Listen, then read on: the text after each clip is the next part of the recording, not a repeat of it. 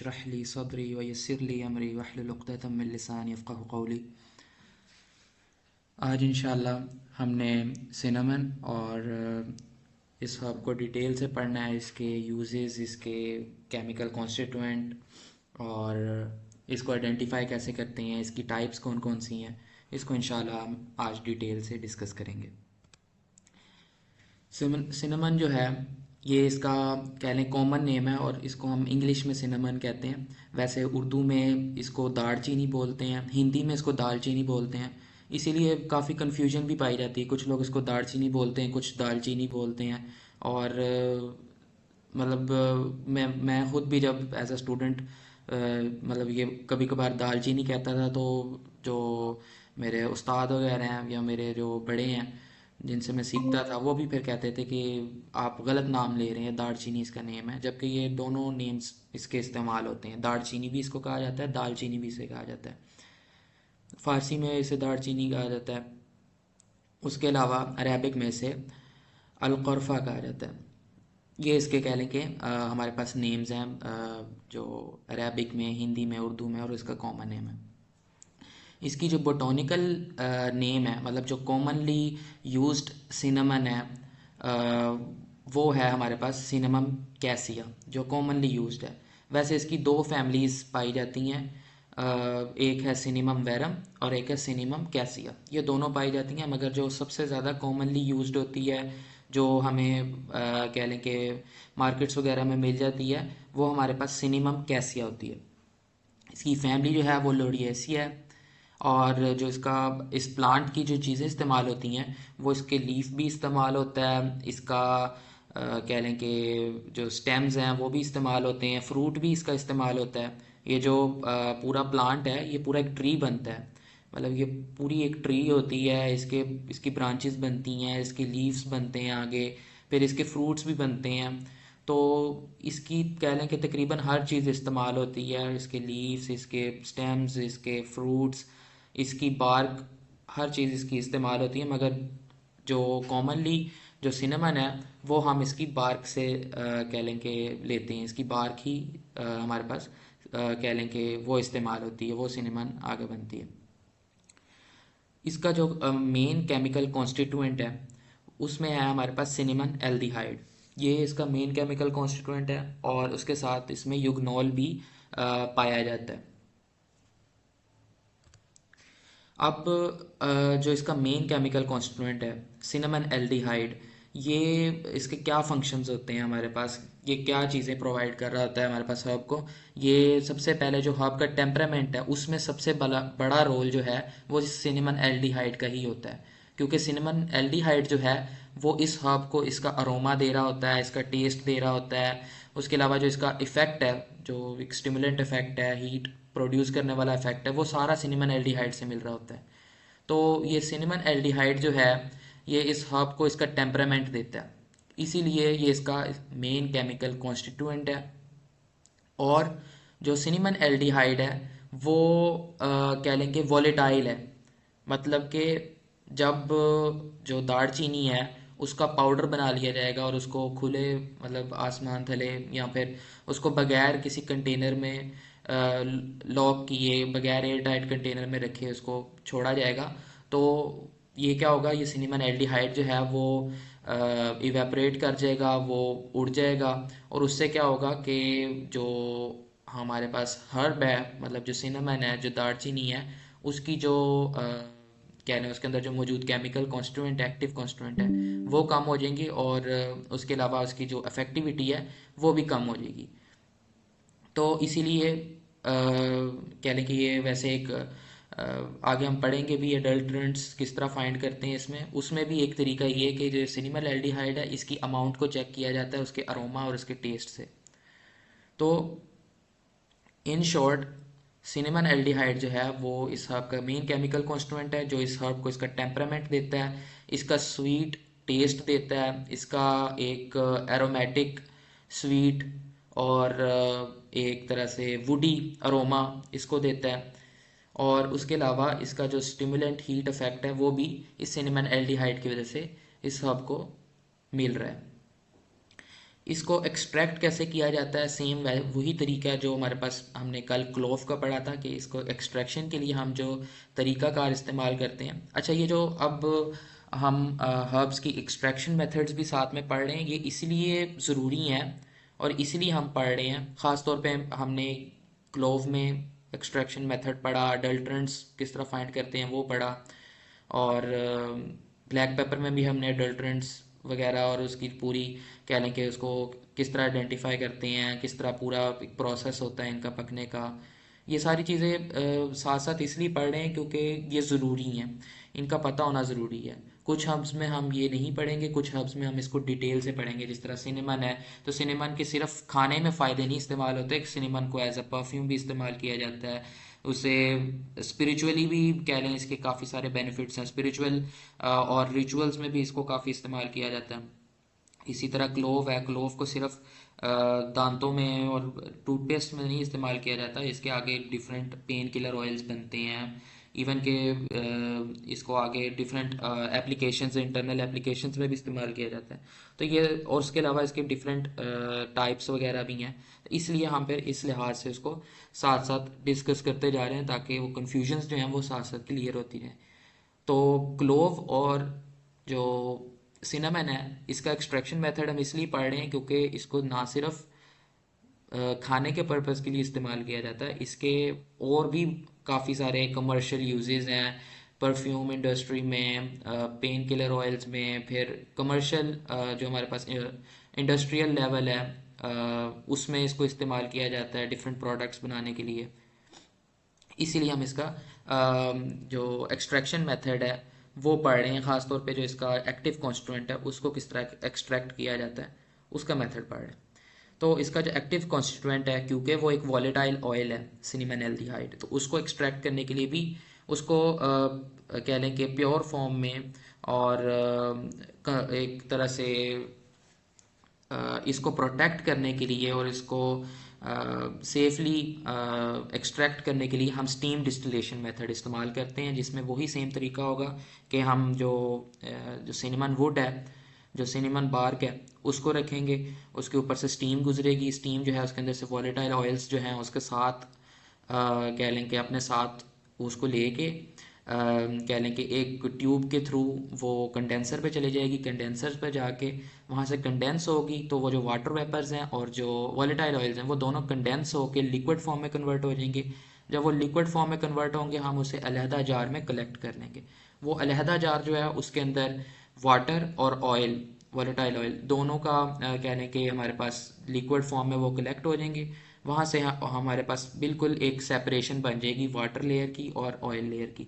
वहाँ से हम जो ऑयल लेयर है उसको कह लेंगे एक वहाँ से एक्सट्रैक्ट कर लेंगे, वहाँ से निकाल लेंगे, और फिर हमारे पास प्योर जो सिनेमन ऑयल है वो मिल जाएगा। सिनेमन एल्डिहाइड जो है वो कलेक्ट हो जाएगा। इस तरह कह लें कि इसका एक प्रॉपर प्रोसीजर होता है। अब ये तो था एक्सट्रैक्शन मेथड। अब आ जाते हैं टाइप्स पे, कि कौन कौन सी टाइप्स होती हैं सिनेमन की मोस्ट कॉमनली। तो मार्केट में अगर देखा जाए तो हमें दो टाइप्स की सिनेमन मिलती है, एक सिलोन सिनेमन और एक कैसिया सिनेमन।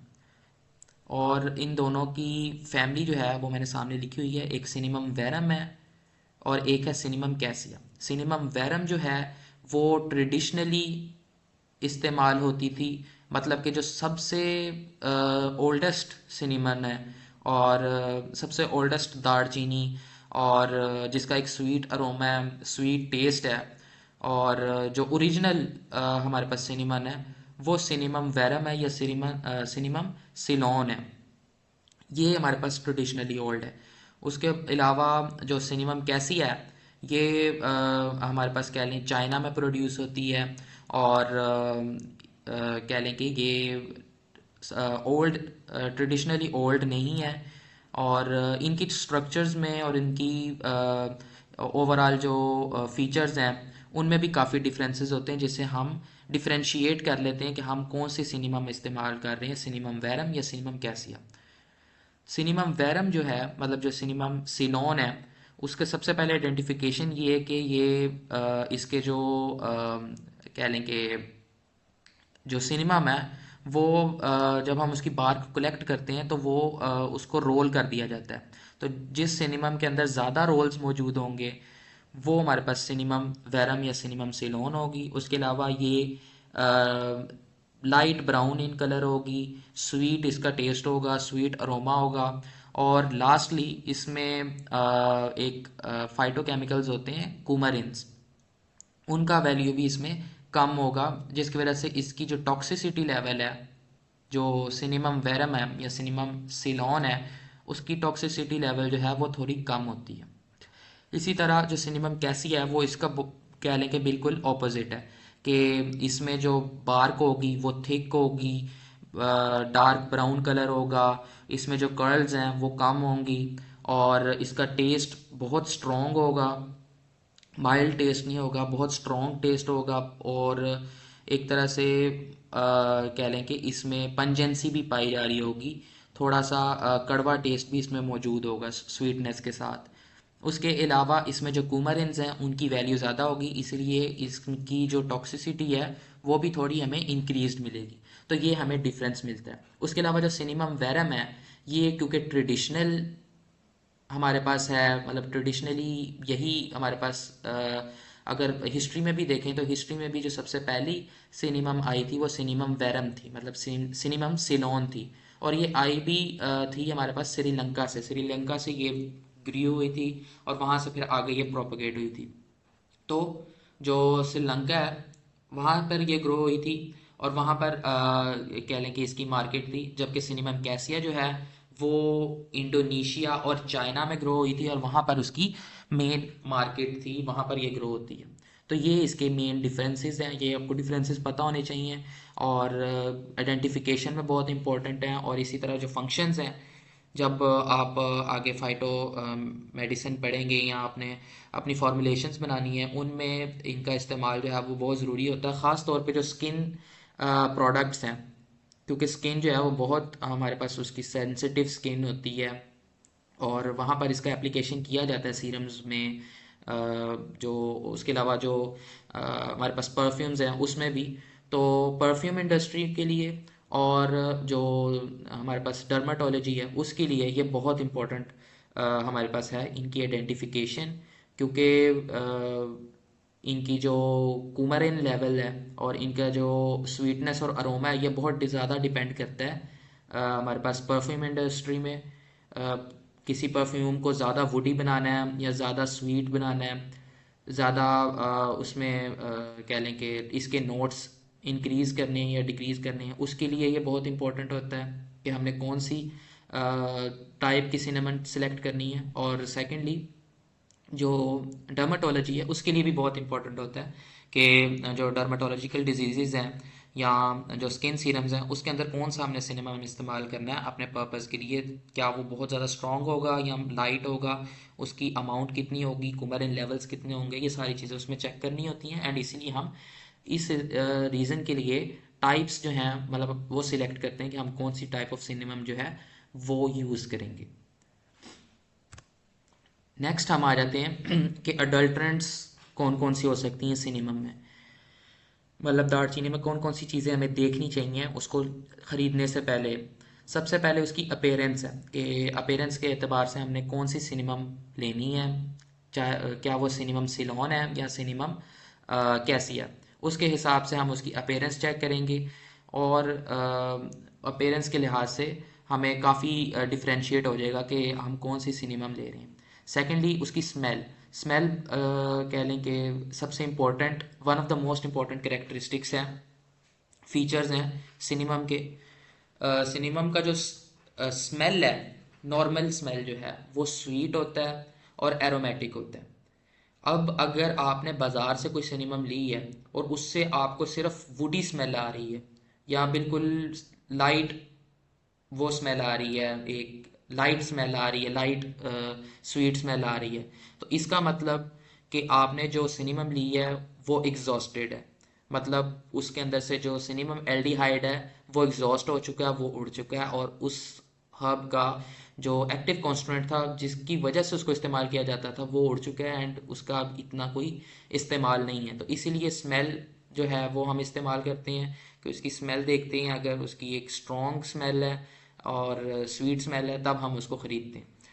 थर्ड में आ जाता है उसका टेस्ट, कि नॉर्मली जो दालचीनी है उसका टेस्ट जो है वो स्वीट होता है और स्लाइटली पंजेंट होता है, क्योंकि वो सिनेमम कैसी है तो उसका स्लाइटली पंजेंट होता है, स्लाइटली कड़वा और मीठा दोनों टेस्ट हमें मिल रहा होता है, मगर जो मीठा टेस्ट है वो ज़्यादा ओवर पावर कर रहा होता है।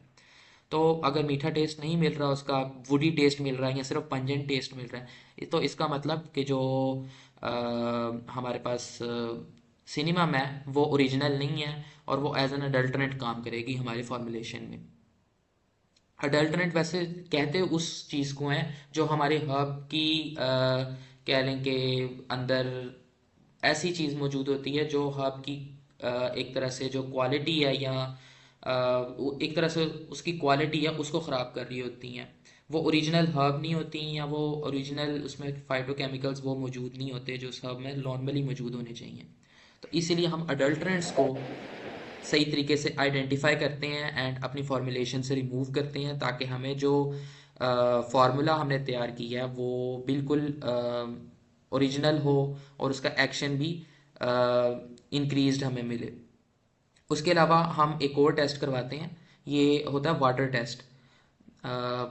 वाटर टेस्ट में हम ये करते हैं और ये ख़ास तौर पे करवाया जाता है उन कह लें कि कंडीशंस में जब हमें बाकी सारी चीज़ों में कह लें कि कोई एज सच वो नहीं मिल रही होती, पॉजिटिव मतलब पॉजिटिव साइंस मिल रहे होते हैं, नेगेटिव साइंस नहीं मिल रहे होते, अपीयरेंस भी ठीक है, स्मेल टेस्ट ठीक है। लास्ट में हम उसका वाटर टेस्ट करवा देते हैं सैंपल का, कि हम उसमें से कुछ दालचीनी के सैंपल लेते हैं, उसको पाउडर फॉर्म में कन्वर्ट करते हैं, पाउडर फॉर्म में कन्वर्ट करके हम उसको एक गिलास पानी के ऊपर मतलब एक गिलास पानी के अंदर एक चम्मच वही दालचीनी का जो पाउडर है वो ऐड कर देते हैं। अब नॉर्मली क्योंकि मैंने तो देखा हुआ है ना ये दालचीनी, हमारे पास क्लिनिक में काफ़ी पेशेंट्स आते हैं, उनको दालचीनी हम देते हैं, रिकमेंड करते हैं, तो उनको भी मैं ये वाटर टेस्ट जो है वो रिकमेंड करता हूँ। उनको मैं कहता हूँ कि जब आप आपने बाज़ार में जाना है, आपने दालचीनी अपने लिए ख़रीदनी है, ठीक है, तो आपने ये सैंपल टेस्ट उसमें लाजमी परफॉर्म करना है। वाटर का ग्लास लेना है, उसमें एक चम्मच आपने दालचीनी डाल के उसको छोड़ देना है। अब नॉर्मली दालचीनी जो है वो पानी के ऊपर फ्लोट करती है, अगर दालचीनी नीचे जाके बैठने लग पड़ती है तो इसका मतलब उसमें अडल्ट्रेंट्स शामिल हैं, उसमें कोई हैवी पार्टिकल्स, कोई डस्ट पार्टिकल्स शामिल हैं जो नीचे जाके बैठ रहे हैं। उसके अलावा अगर उसके अंदर कोई डाई मौजूद है तो वो उसके अंदर घुलने लग पड़ेगी। नॉर्मली जो है ये हर्ब जो है वो पानी के ऊपर तैरती है, इसको आप मिक्स करना चाहेंगे भी तब भी ये पानी के ऊपर तैरेगी और बहुत आहिस्ता आहिस्ता ये मिक्स होगी।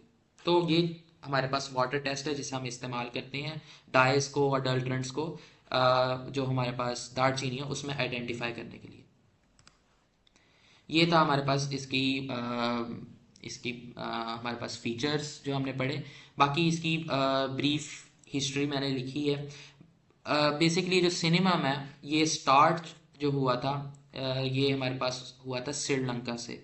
श्रीलंका से जो निकली थी, मैंने आपको बताया सिनेमम की जो ब्रांच कह लें या जो सिनेमम की एक तरह से टाइप थी वो सिनेमम वैरम थी, जो वहाँ पर ग्रो करती थी। वहाँ पर फिर thanks to Dutch East India Company उसने वहाँ पर इन्वेजन की, अपनी हुकूमत बनाई वहाँ से। उसने एक कह लें कि स्पाइस की प्रोपिगेशन भी की और वहाँ पर लूट मार भी की। और ये भी हमारे पास one of the most valuable herbs में पाई जाती है। इवन कि आज के दिन में भी इसको अगर ख़रीदने जाएं तो तकरीबन 2-3 हज़ार रुपये हमें पड़ जाते हैं सुकून से।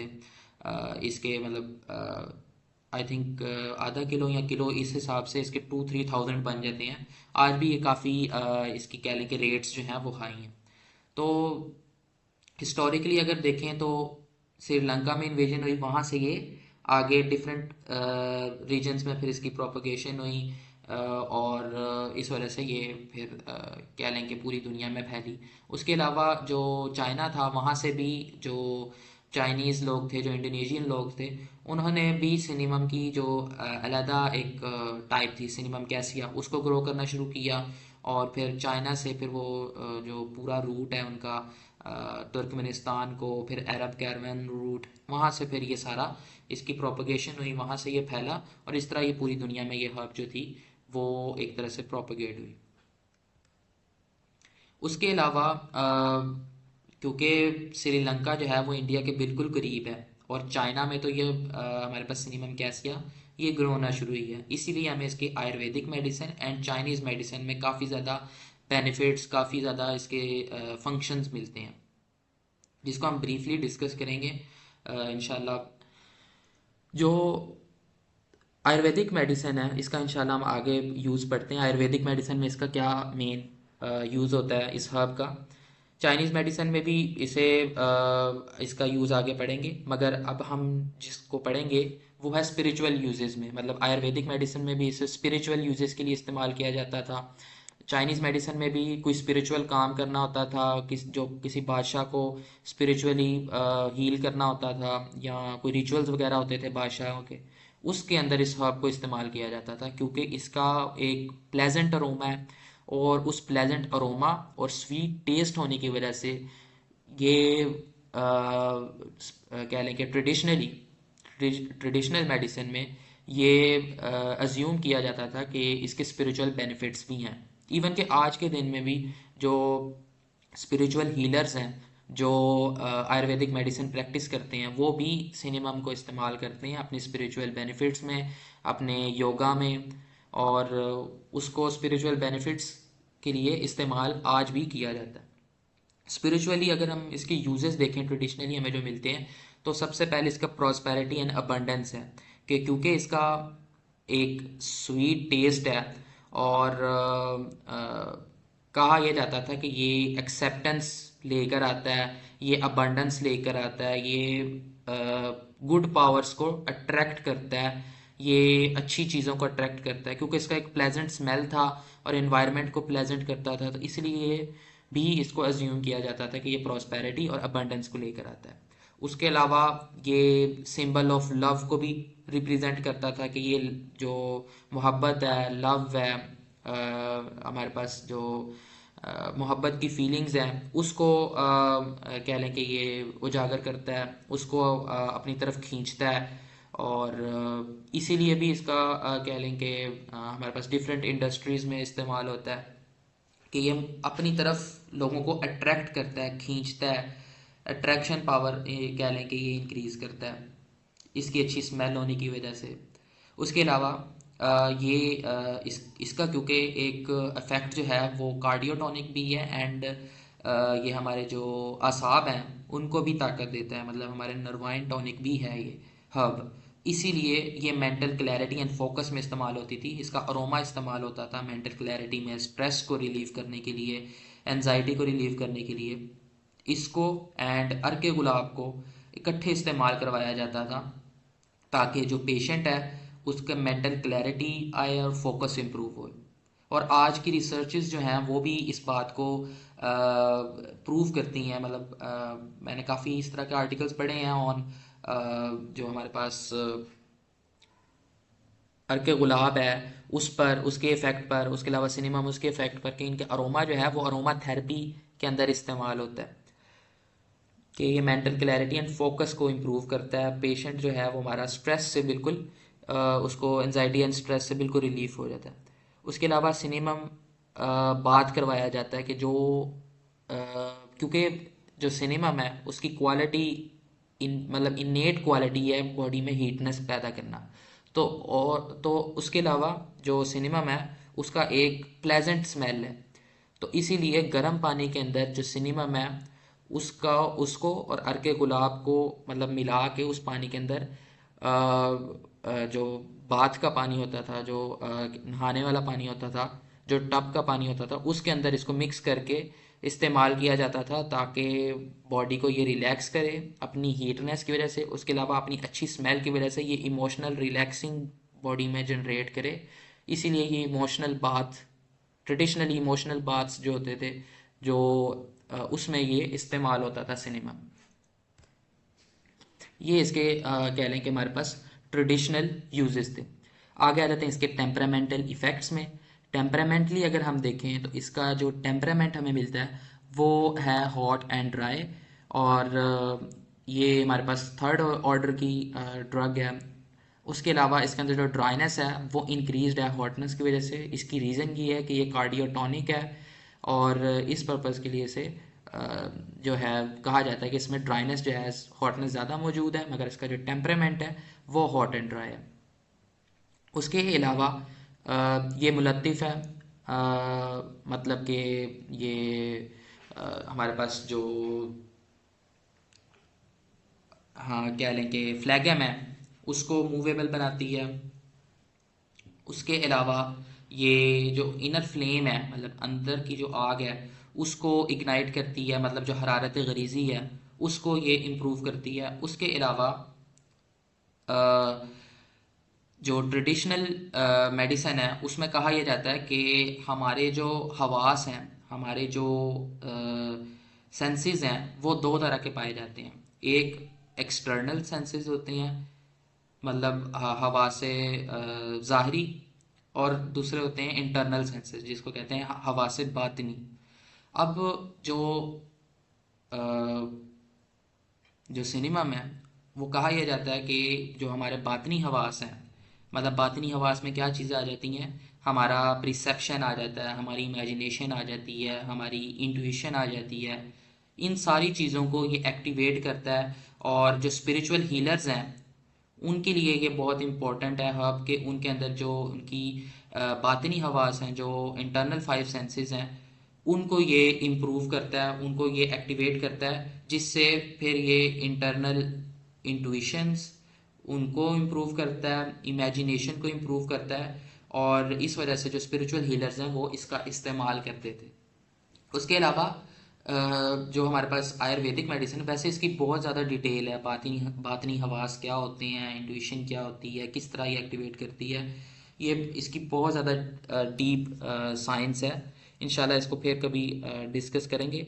मगर सुपरफिशियली एक्सप्लेन किया जाए तो ये जो हमारी बातनी हवास है, ख़ास तौर पे जो इंट्यूशन है, वक्त से पहले कह लें कि किसी चीज़ की खबर हो जाना, या फिर किसी चीज़ के बारे में पहले से ही हमें एक तरह से प्रिसेप्शन उसकी बन जाना, उसको देख के, उसके साथ बैठ के, उसके इन्वायरमेंट में रहकर, ये उसको इंक्रीज़ करता था, हमारे प्रिसेप्शन को इंक्रीज़ करता था ये, और इमेजिनेशन को इम्प्रूव करता था। इस वजह से इसका ट्रेडिशनली स्पिरिचुअल हीलर्स के थ्रू इस्तेमाल किया जाता था। इवन के जो इसके मैंने क्योंकि पढ़े हुए हैं ना, इसकी किताबें पढ़ी हुई हैं इस पर, ट्रेडिशनल मेडिसिन की, उसमें इवन के इस तरह के भी उनकी ट्रेडिशनल स्पिरिचुअल हीलर्स के सिनेमम से रिलेटेड एक पूरे रिचुअल्स मौजूद हैं, जिसमें कहा यह जाता है कि दरमियान में उन्होंने एक बॉनफायर टाइप फायर रखी, उसके बाद उन्होंने सिनेमम जो था वो चारों तरफ एक गोल दायरे में बखेर दिया।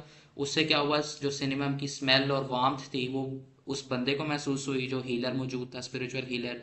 और फिर वो आग के सामने बैठ के, जिस तरह वो योगा में बैठते हैं, एक उनकी पोजीशन होती है पूरी, वैसे बैठ के एक प्रॉपर कह लें कि उस स्टेट ऑफ माइंड में चले जाता है जिसमें उसको अनसीन नज़र आने लग पड़ता है, उसको कह लें कि इल्हाम होने लग पड़ता है, उसको अनसीन नज़र आने लग पड़ता है। ऐसी चीज़ें जो आगे फ्यूचर में होनी है वो उसके दिमाग में आने लग पड़ती हैं, उसकी मेंटल क्लैरिटी हो जाती है, क्योंकि इस वजह से इस तरह के भी उसमें कह लें ट्रेडिशनली स्पिरिचुअल हीलर्स के वाक़यात और इस तरह के रिचुअल्स मौजूद हैं।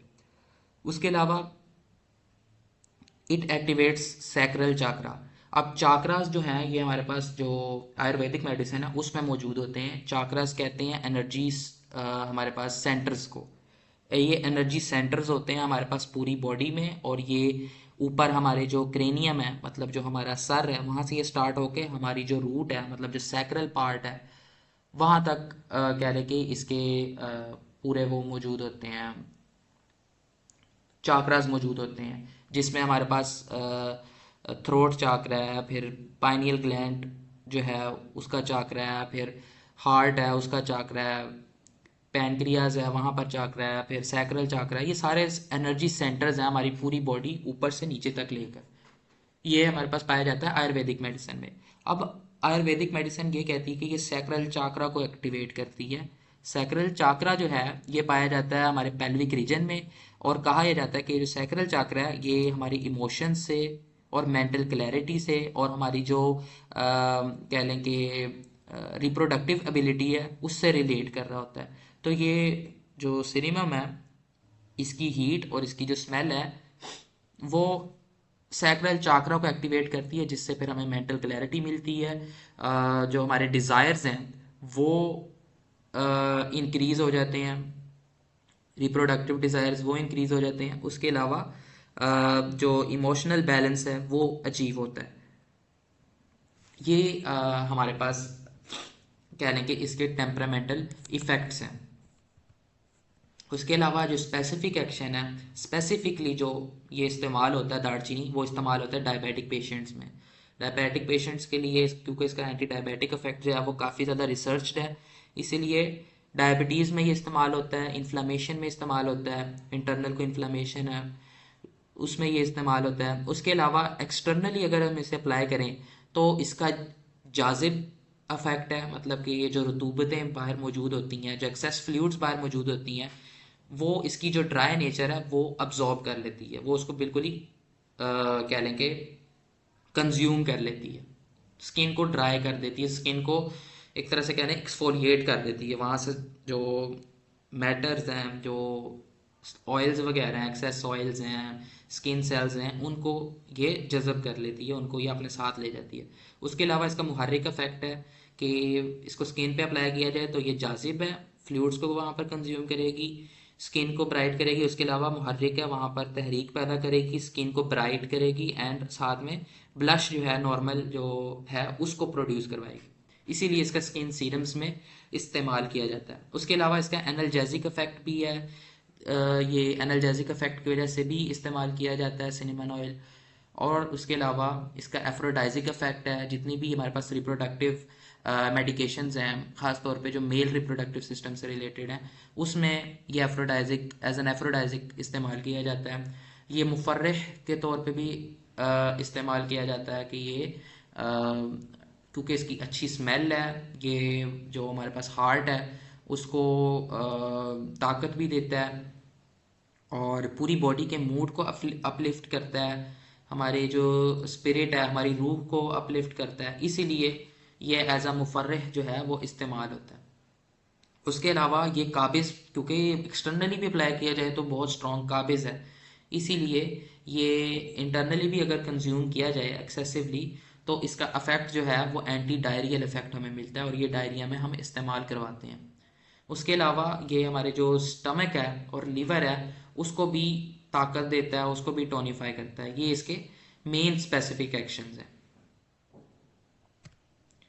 ये हमने इसके स्पेसिफिक एक्शंस पढ़े थे। उसके बाद आगे आ जाते हैं इसकी यूजेस में, कहाँ कहाँ इसका जो पाउडर है, इसके जो फॉर्मुलेशन है वो कहाँ कहाँ इसकी इस्तेमाल होती हैं, ये हर्ब कहाँ कहाँ इस्तेमाल होता है।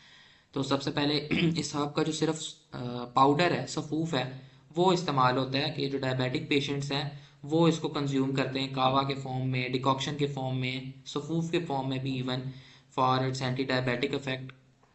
डिकॉक्शंस में ये इस्तेमाल होता है ख़ास तौर पे जो असाबी पेशेंट्स होते हैं, जिनको कह लें कि जिनका टेम्परामेंट ही असाबी होता है, उनके अंदर ये कंज्यूम करवाया जाता है। मेलनकॉलिक पेशेंट्स जो होते हैं, जिनको डिप्रेशन होता है, एनजाइटी होता है, उनके अंदर इसका डिकॉक्शन इस्तेमाल किया जाता है कि जो दालचीनी है उसके दो हम स्टिक्स लेते हैं, उसके साथ हम 7 जो हैं अदद वो लौंग लेते हैं, मतलब लौंग और दालचीनी ये दोनों का एक मुरक्कब बन जाता है, कावा बन जाता है। वैसे सिंगुलरली भी इसका इस्तेमाल किया जा सकता है, मगर लौंग दालचीनी क्योंकि सेम टेम्परामेंट इफेक्ट और इम्प्रूवड मिलता है, इसीलिए हम इन दोनों का इकट्ठे इस्तेमाल करते हैं। और ये जो नुस्खा जात है उसमें भी हमें इसका क्या लेंगे नुस्खा मिलता है ये लौंग दालचीनी का, इसीलिए हम ये ज़्यादा इस्तेमाल करते हैं। वैसे इसका सिंगुलरली भी डिकॉक्शन में anti diabetic effect and stimulant and mood improving effect के लिए इसको इस्तेमाल किया जाता है। अब डिकॉक्शन जब हमने बनाना है तो हमने ये अमाउंट सेलेक्ट कर ली, ये 2 ग्लास हमने उसमें पानी डाले हैं, उसको हमने लौंग दालचीनी डाल दी है, उसको हमने इतना पकाना है कि 1 ग्लास पानी बच जाए। उसके बाद हमने इसको डिकॉक्शन को कहने के जो स्ट्रेन कर लेना है एंड उसको कंज्यूम करना है। उसका जो इफेक्ट है वो एक स्टिमुलेंट इफेक्ट होता है और ख़ास तौर पे इसे सुबह टाइम पिया जाता है। सुबह टाइम आफ्टर नाश्ता जो लोग चाय वगैरह पीते हैं उनको हम ये लौंग और दालचीनी का कावा पिला सकते हैं।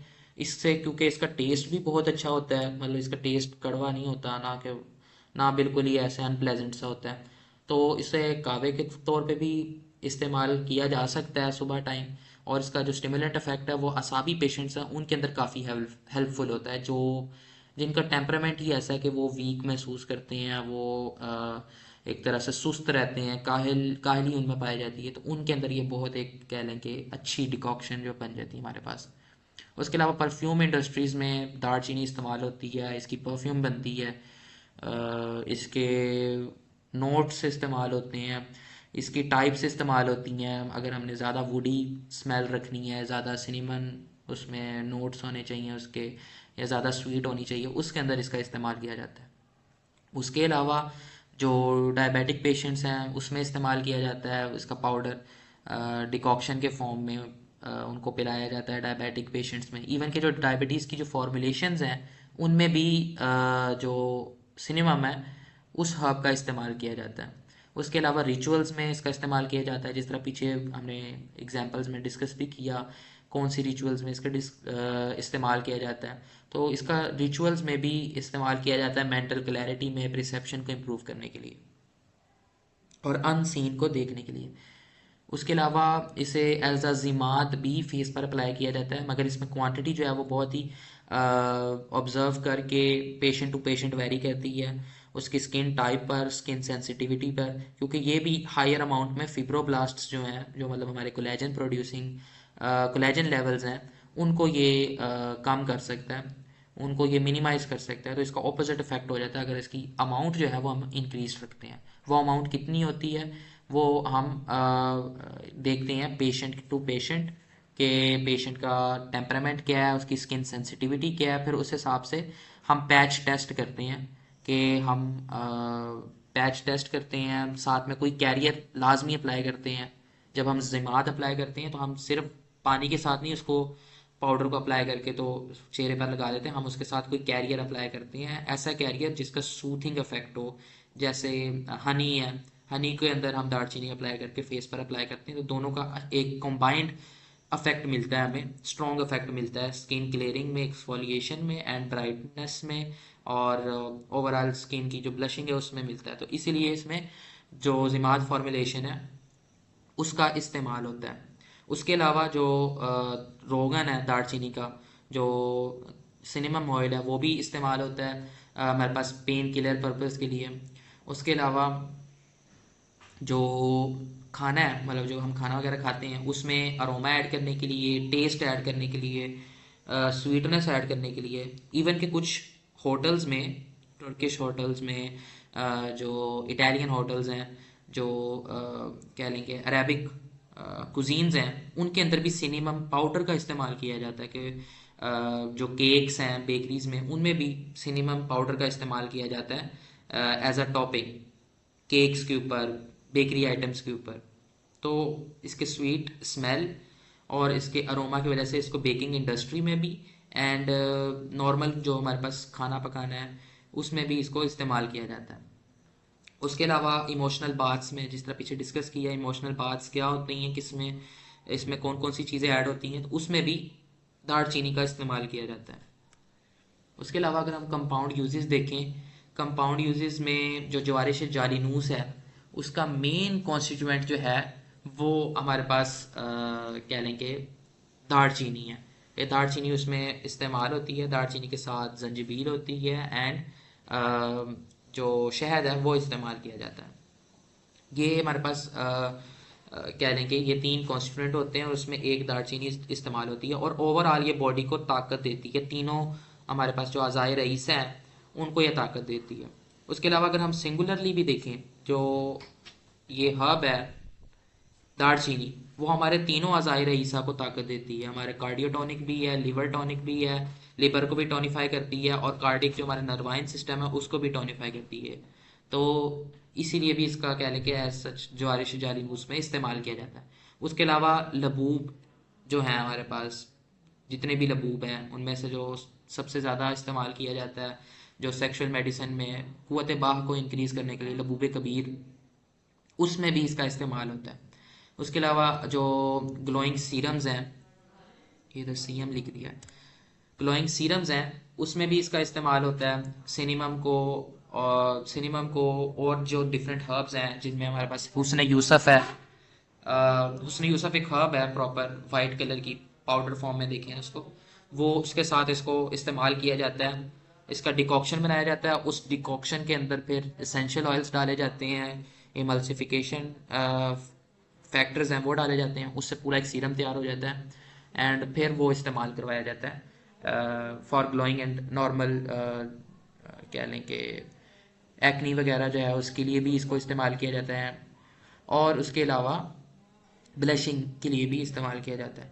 उसके अलावा जो ये जो दालचीनी है वो जो नॉर्मल स्टेमिना है, मतलब जो कह लें कि हमारा अ, एक पर्सन का जो नॉर्मल एक, मतलब इसका इस्तेमाल जो है वो सेक्सुअल मेडिसन में फॉर इंक्रीजिंग स्टेमिना इस्तेमाल किया जाता है। इसकी फॉर्मुलेशंस हमें मिलती हैं ट्रेडिशनली, मतलब जो लौंग है उसके अंदर दालचीनी, उसके साथ राई, उसके साथ शिंगरफ, उसके साथ ज़ाफ़रान, इन सब का एक इन सब को पीस के फाइन पाउडर में कन्वर्ट करके इसको 2 टाइम इस्तेमाल करवाया जाता है। जो ज़्यादा ही क्रॉनिक पेशेंट्स हों, जिनका बहुत ही बुरा हाल हो, उसके अंदर ये इस्तेमाल की जाती है फॉर्मुलेशन, एंड ये इस पर्पज़ के लिए इस्तेमाल होती है। उसके अलावा जितने तिला जात हैं, मतलब जो एप्लीकेटिव आ जाती हैं, एप्लीकेटिव से मतलब उसमें आ जाती हैं सेक्सुअल मेडिसिन में, ऐसी मेडिसिन जिनको अप्लाई किया जाता है, जिनको लोकली अप्लाई किया जाता है, उनके अंदर ये इस्तेमाल होती है। मतलब जो ऑर्गन्स हैं, पिनाइल ऑर्गन्स हैं, वहाँ पर इसको अप्लाई किया जाता है, इसके पाउडर को, इसके ऑयल को, और वहाँ पर इसका एक स्टिमुलेंट इफेक्ट होता है। उसके अलावा इमोशनल बाथ्स में भी पीछे डिस्कस किया कि वो किस तरह इस्तेमाल होता है, तो कंपाउंड यूजेस में भी इसको डिफरेंट हर्ब्स के साथ इस्तेमाल किया जाता है इमोशनल बाथ्स के लिए, इवन कि इसको डिफ्यूज़र्स में भी इस्तेमाल किया जाता है एक अच्छा इन्वायरमेंट, अच्छा एरोमेटिक इन्वायरमेंट क्रिएट करने के लिए। ये थे इसके यूजेस। वैसे इसके यूजेस जो हैं हमारे पास काफ़ी ज़्यादा पाए जाते हैं कंपाउंड यूजेस, मगर वो ज़्यादातर क्योंकि रिलेटेड हैं एफ्रोडाइजिक यूजेस हैं, इसीलिए हम उसको सिर्फ सरफेस लेवल तक ही डिस्कस करते हैं और इसको ज़्यादा डीपली हम नहीं लेके जाते हैं। उसके अलावा नेक्स्ट हमारे पास आ जाता है कोरिजेंट एंड टिनेडियम।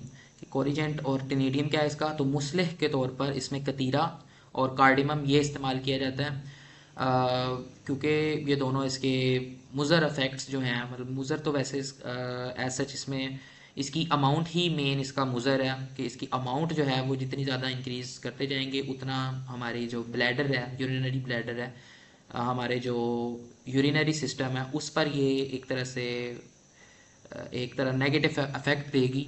मगर उसके साथ फिर भी हम मुसलह के तौर पर कार्डिमम ऐड कर सकते हैं, कतीरा ऐड कर सकते हैं, ये इसकी जो स्मेल है और इसकी जो ओवरऑल इफ़ेक्ट है उसको ये इम्प्रूव कर देती हैं। उसके अलावा जो इसका मुतबादिल है वो हम अगर हमें एक जो दालचीनी है वो नहीं मिल रही तो हम दूसरी टाइप की दालचीनी जो है वो इस्तेमाल कर सकते हैं। मतलब अगर हमें कैसिया वेरम नहीं मिल रही, सिनेमम वेरम नहीं मिल रही, तो हम सिनेमम कैसिया इस्तेमाल कर सकते हैं। उसके अलावा हम इसकी दालचीनी के अलावा जो है हम इसका स्टिमुलेंट इफेक्ट और बाकी वही चीज़ें अचीव करने के लिए हम क्लोव का भी इस्तेमाल कर सकते हैं। इसके अलावा लास्ट पे आ जाते हैं इसके डोजेज पर और इसके एडवर्स इफेक्ट्स पर।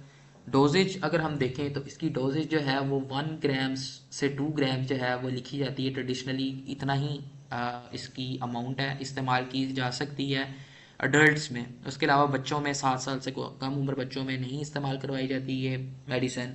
और जो नॉर्मल अमाउंट है इसकी वो 1000 से 2000 mg है। इसके अलावा सेवेरिटी के हिसाब से हम इसकी अमाउंट जो है वो इंक्रीज़ भी कर सकते हैं। इसके एडवर्स इफ़ेक्ट्स अगर हम देखें तो ये जो गर्म मिजाज लोग हैं उनके मिजाज को और गर्म कर देती है, उनके अंदर हॉटनेस और प्रोड्यूस कर देती है। ये कोल्ड टेम्परामेंट लोगों के लिए बहुत ही ज़्यादा इफ़ेक्टिव हर्ब है, मगर जो हॉट टेम्परामेंट के पेशेंट्स हैं उनमें ये गर्मी को ज़्यादा इंक्रीज़ कर देती है। और उस गर्मी को इंक्रीज़ करने की वजह से इनिशियली वेटनेस इंक्रीज होती है इनिशियली। जो हमारे पास क्या लें कि पेशेंट है, उसका ओवरऑल जो इफ़ेक्ट है, जो इसका पसीना वगैरह है वो इंक्रीज़ कर देती है, यूरिनेशन इंक्रीज़ कर देती है, तो वो इंक्रीज फिर वेटनेस फिर क्या करती है, ड्राइनेस कॉज कर देती है। वो पसीना निकलना, वो एक्सक्रीशंस के सारे अमल तेज़ होना, पसीना निकलना, यूरिनेशन ज़्यादा होना, तो उस वजह से फिर क्या होता है, डिहाइड्रेशन हो जाती है, और डिहाइड्रेशन की वजह से फिर किडनी स्टोन्स वगैरह भी बन सकते हैं। और उसके अलावा इसके जो केमिकल्स हैं वो भी किडनी को डैमेज कर सकते हैं, यूरिनरी ट्रैक इन्फ्लेमेशन भी ये करवा सकते हैं। इसीलिए हमारे पास जो दार चीनी है उसकी जो अमाउंट है वो टेम्परामेंट के हिसाब से, पेशेंट की कंडीशंस के हिसाब से सेट की जाती है। और ये कॉन्ट्राडिक्टेड है हमारे पास यूरिनरी ट्रैक इन्फ्लामेशन की जितनी भी कंडीशंस हैं उसके अंदर। तो ये था आज के हमारे इस लेक्चर में, जिसमें हमने सिनेमम को ब्रीफली डिस्कस किया। बाकी अभी तक आपके कोई भी क्वेश्चंस हैं सिनेमम से रिलेटेड तो आप अभी डिस्कस कर सकते हैं। ये हमने कह लें कि बिल्कुल सतही लेवल की हम इंफॉर्मेशन पढ़ रहे हैं, जितनी भी हब्स हमने अभी पढ़ी है ना, बिल्कुल सतही लेवल की इंफॉर्मेशन है। इनकी सिंगल हब्स के ऊपर पूरी पूरी एक कह लें कि बुक्स लिखी गई हैं। स्पिरिचुअल हर्ब्स में फिर और डिफरेंट हमारे पास बुक्स आ जाती हैं, स्पाइसेस में, कल्टीवेशन में, प्लांटेशन में।